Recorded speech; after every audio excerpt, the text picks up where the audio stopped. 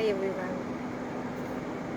So today, what I wanted to share with you all is yesterday in my training, I happened to meet a trainee who came up to me post the session of the entire training. She comes up to me and says that, "Ma'am, I would like to want to be like you."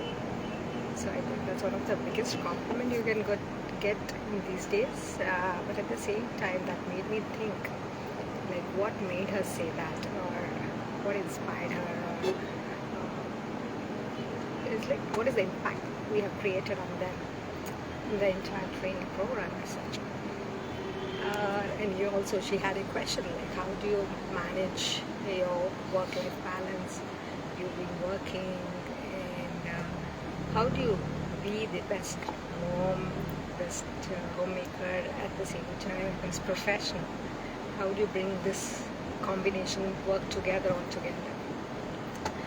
So that made me thinking, like, we've been all been conditioned in a way or two from day one of our life, saying that to be a good mother you need to sacrifice these things. To be a great mom you have to be a great mom. You need to be a great wife, great daughter. And we all have this superwoman syndrome, I call this as, right? And we've been said that in case you are a very good professional as such, then probably you don't have a good personal life. Why is this? If it is for men, nobody asks this question, how are you managing your personal life, your professional life? When they can manage, why can't we manage, is my question here. So I feel as parents, we both have to share equal responsibilities when it comes to with respect to the kid. We are two parents for that matter, right?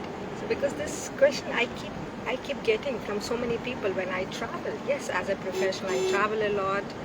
I go to late evening meetings, yes, early morning meetings, and even for some events which will get delayed in the evenings. So they ask me, who's there to take care of back end at your home? Who's going to do that? Who's going to cook?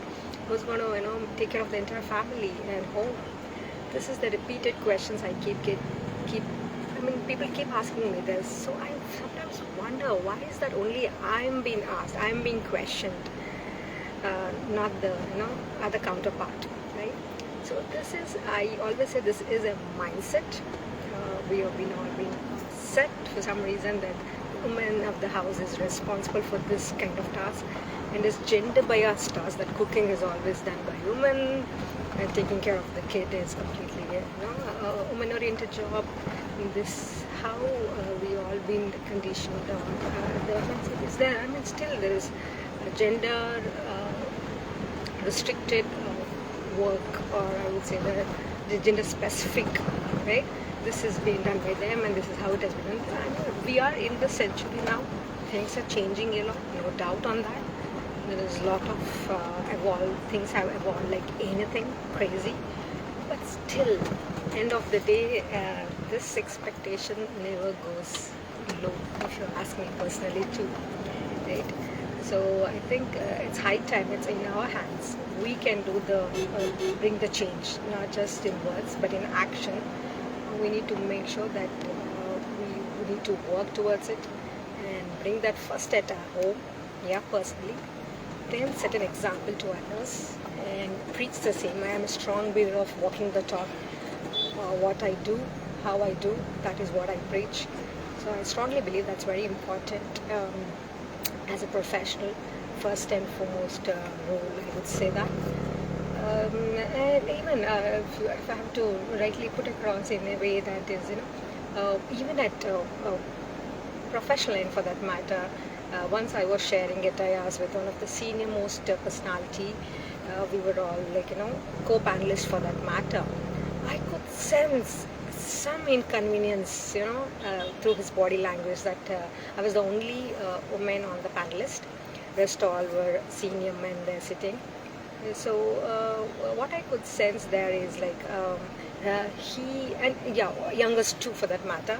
So he was like, how come you are here? or how you've been invited, from who invited you here. His questions was like that. I could sense very clearly, as I'm good at reading, their body language and other things, that he wasn't happy seeing a co-panelist being a woman, being an yes. This is one more, that if you are dressed Western, there is another kind of mind block towards them for no reason. So that is to break that itself. Nowadays, I have made a point that wherever I go, I try to implement the Indian wear. Absolutely, I'm totally super comfortable with even an Indian wear. What I'm trying to say here is there is a conditioning. So you have to be professional. You need to dress only in westerns, right? Not necessary. Even in an Indian wear, you can level up your game. You just need to know the right things. I would say that the color combination, the textures, how you play around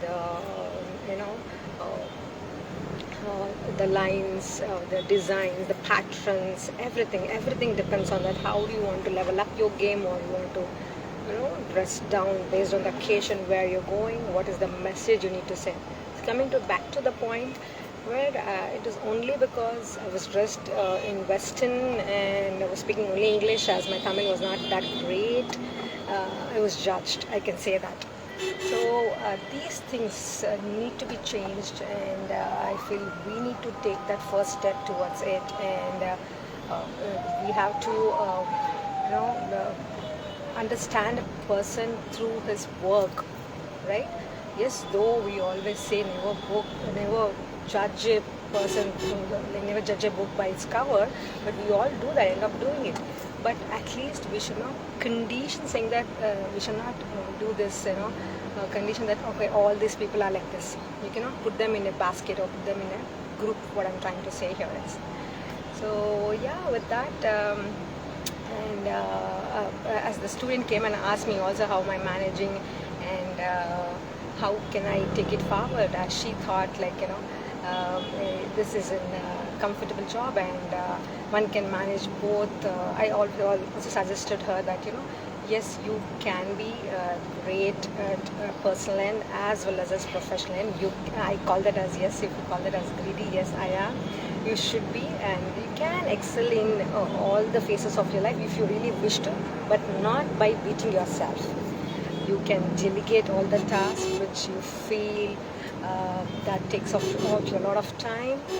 Do outsource things, and do manage, and do give your best, through which you will be a great at both work life as well as your personal life.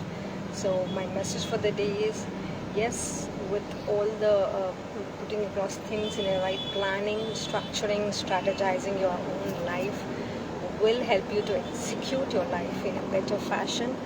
You can have a very smooth work-life balance, and this applies to both. That's again the message, not just for the women of the family or for the men of the family. This is common for both. So now we are all in the nuclear family. So I always say that learn the mechanism, or learn the methods of how you support your family. At the same time, be equally a professional. And a message to all those who are watching: be always independent, stand on your own, and be always financially independent individual. Never ever depend on anybody for anything, for that matter.